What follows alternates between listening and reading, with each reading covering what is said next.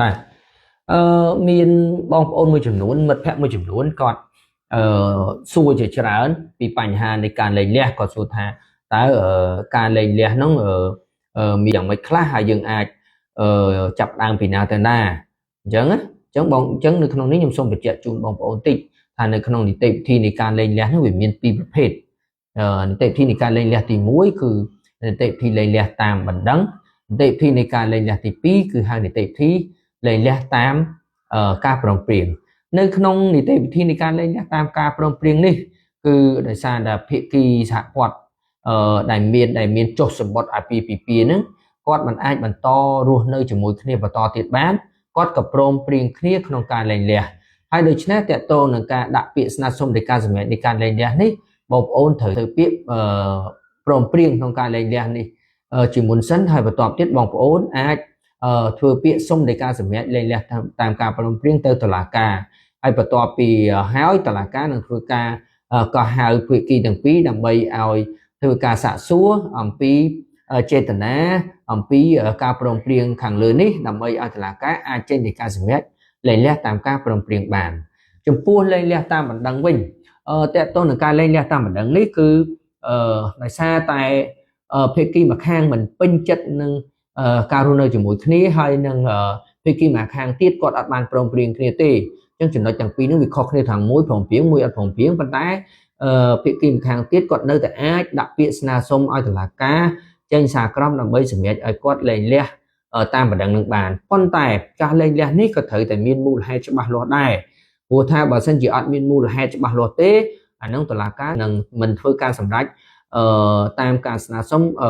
ដែលបានដាក់ទៅតុលាការទេហើយចំពោះតកតងនឹងការមូលហេតុនៃការលែងលះនេះគឺមានកំណត់នៅក្នុងក្រមរដ្ឋប្រវេណីយើងដែលមាន5ចំណុច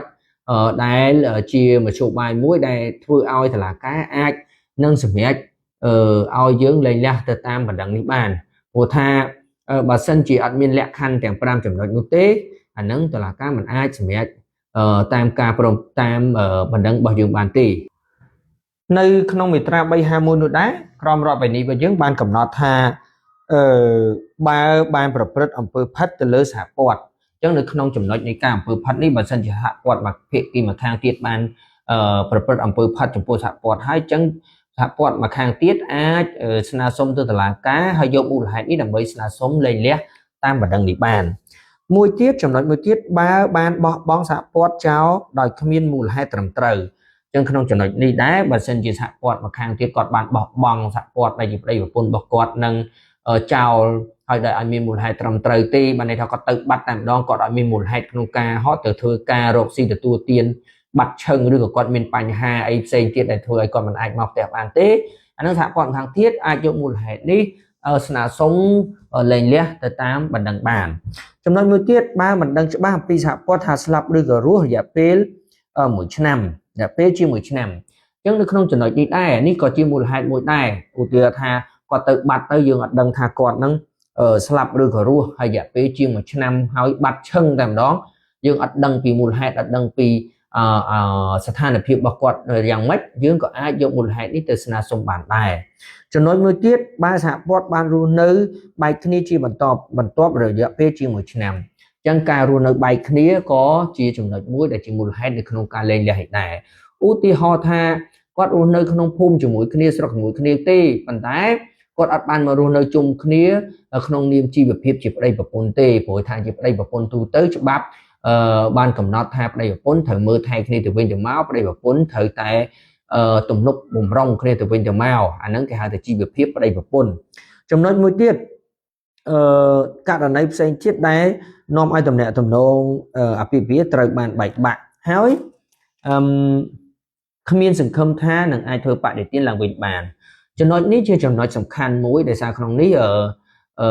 គេបញ្ជាក់អំពីចំណុចមួយចំនួនដែលគិតថាភាគីទាំងពីរហ្នឹងគាត់ចេះតែឆ្លោះគ្នាហើយឆ្លោះគ្នាពីម្ដងហើយទៅម្ដងទៀតហើយព្យាយាមផ្សះផ្សាព្យាយាមរស់នៅជាមួយគ្នាហើយប៉ុន្តែនៅតែមិនអាចធ្វើបដិទានបានន័យថាมันអាចត្រឡប់មកស្ថានភាពដើមវិញបានទេនៅក្នុងនេះអានឹងតុលាការក៏អាចមើលនៅក្នុងមូលហេតុនេះហើយនៅក្នុងមូលហេតុរបស់បណ្ដឹងរបស់ភាគីម្ខាងទៀតដែលចង់លែងលះហ្នឹងក៏អាចជាមូលហេតុនៅក្នុងការលែងលះបានដែរ ចឹងនៅក្នុងនេះខ្ញុំសូមឲ្យបងប្អូនត្រឡប់ទៅវិញសូមឲ្យបងប្អូនពិនិត្យនិងគិតពិចារណាមែនទែនអ្វីបិទតែទាំងអស់នេះជាមូលហេតុនៅក្នុងការលែងលះប៉ុន្តែបងប្អូនមុននឹងធ្វើការលែងលះគួរតែពិចារណាគួរតែគិតឲ្យបានម៉ត់ចត់ចំពោះផលវិបាកនៅក្នុងការលែងលះថាតើពេលដែលមានការលែងលះហើយតើកូនដែលរស់នៅជាមួយគ្នានឹងតើវាមានសេចក្តីសុខអត់នៅពេលដែលមានការលែងលះកើតឡើងរវាង